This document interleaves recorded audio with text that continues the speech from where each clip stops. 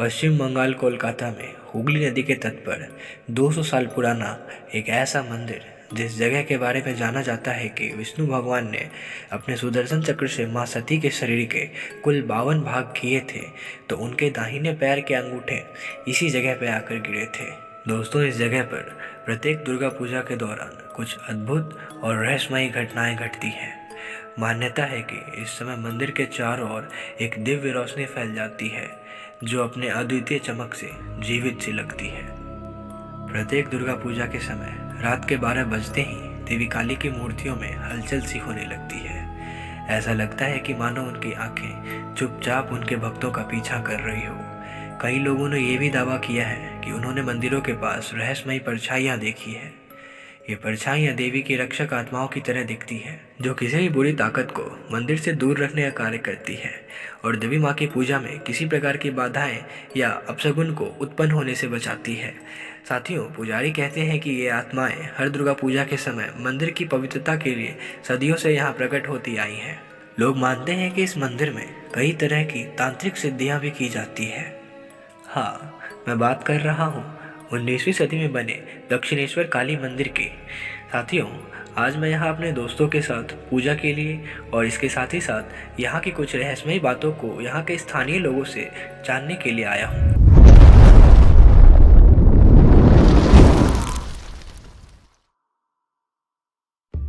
दक्षिणेश्वर काली मंदिर का निर्माण वहाँ की रानी रसमोनी जी ने करवाया था, जो कि एक शूद्र परिवार से थी। शूद्र परिवार में जन्म होने के बावजूद भी वो काफ़ी समृद्धशाली स्त्री थी। रानी रसमोनी जी एक धार्मिक स्त्री थी, जिसके कारण रात्रि के स्वप्न में माता काली ने उन्हें दर्शन दिए और एक मंदिर निर्माण करवाने को कहा। उसकी जगह भी उन्होंने स्वयं बताई। हालांकि रानी रसमोनी जी के पति का देहांत हो चुका था, लेकिन उन्होंने अकेले ही 1847 में इस मंदिर का निर्माण करवाना शुरू किया था। पूरे 8 साल के निर्माण कार्य के बाद ये भव्य मंदिर तैयार हुआ। ये मंदिर कुल 25 एकड़ क्षेत्र में स्थित है, लेकिन समस्या अभी समाप्त नहीं हुई थी। दरअसल एक शूद्र स्त्री द्वारा इस मंदिर का निर्माण करवाए जाने के कारण वहाँ के सभी लोग उस मंदिर की मान्यता देने से इनकार कर रहे थे। इसके साथ ही साथ वहाँ के सभी ब्राह्मणों ने भी मंदिर का पुजारी बनने से इनकार कर दिया था। लेकिन जब ये बात श्री रामकृष्ण परमहंस जी के बड़े भाई को पता चली, तो उन्होंने इस मंदिर का पुजारी बनना स्वीकार किया। लेकिन उनके देहांत हो जाने के बाद पुजारी के कार्यभार को श्री रामकृष्ण परमहंस जी ने खुद संभाला था। सन 1857 से लेकर 1868 तक रामकृष्ण परमहंस जी इस मंदिर के प्रमुख पुजारी रहे थे। उनके लिए मंदिर ही उनका साधना स्थल था। वे वहीं पे बैठ के साधनाएं किया करते थे और माँ के प्रेम में मग्न रहते थे। साथियों, श्री रामकृष्ण परमहंस जी के चमत्कार और उनके ज्ञान के कारण ही ये मंदिर पूरे भारत में प्रसिद्ध है। इस मंदिर में शिव और श्री कृष्ण जी की मूर्ति भी स्थित है। दोस्तों, इससे जुड़ी एक कहानी है। जब यहाँ पे श्री कृष्ण जी का मंदिर बन रहा था, तब पुजारी श्री कृष्ण जी की मूर्ति को स्थापित करने मंदिर में ले जा रहे थे। तभी अचानक से उनके हाथ से वो मूर्ति छूट जाती है और ज़मीन पर गिर जाती है।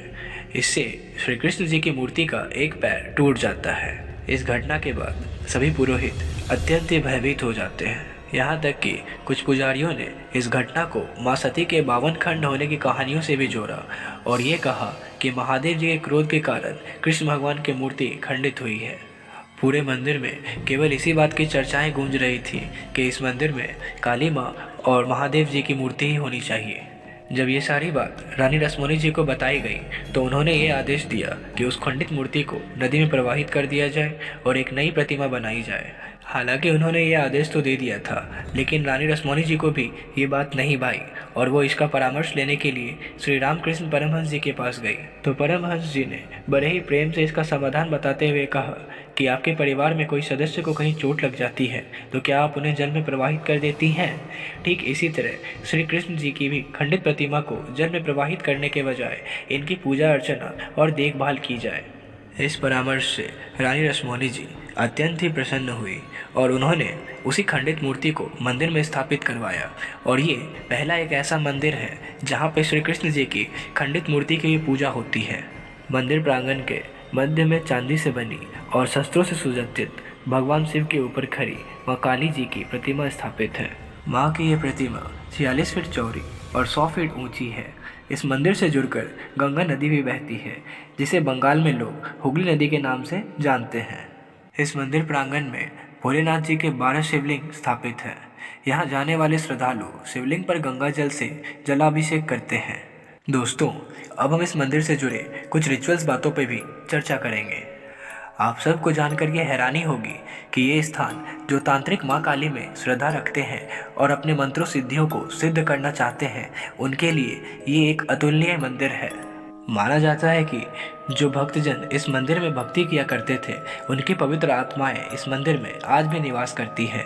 यहाँ पर आने वाले लोगों ने यहाँ पर अजीब सी चीज़ें महसूस की है, जैसे तापमान में गिरावट आना या यहाँ के आसपास का वातावरण बहुत ही ठंडा हो जाना। यहाँ आने के बाद आपको कुछ पल के लिए ज़रूर महसूस होगा कि कोई एनर्जी आपके आसपास ही है और वो आपको देख रही है। यदि आप कभी इस मंदिर में आने का सोच रहे हैं तो ये अवश्य याद रखिएगा कि यहाँ की एनर्जी बहुत ही गहरी और पावरफुल है। शायद इसीलिए दोस्तों इस मंदिर में सूर्यास्त के बाद प्रवेश वर्जित है। आप यहाँ अधिकतम संध्या के 7 या 7:30 बजे तक ही रह सकते हैं। इसके बाद मंदिर के द्वार को बंद कर दिया जाता है और प्रवेश निषेध हो जाता है। साथियों, इसी के साथ हम आज की ये वीडियो यहीं समाप्त करते हैं। और यदि आपको हमारी इस वीडियो से कुछ सही जानकारी प्राप्त हुई होगी तो इस वीडियो को लाइक करें और चैनल को सब्सक्राइब जरूर करें, ताकि हम आपके लिए ऐसे ही और भी बहुत सी रोमांचक वीडियो उस स्थान पर जाकर उसकी सही जानकारी और उसके रहस्य आप तक पहुंचाते रहें। धन्यवाद।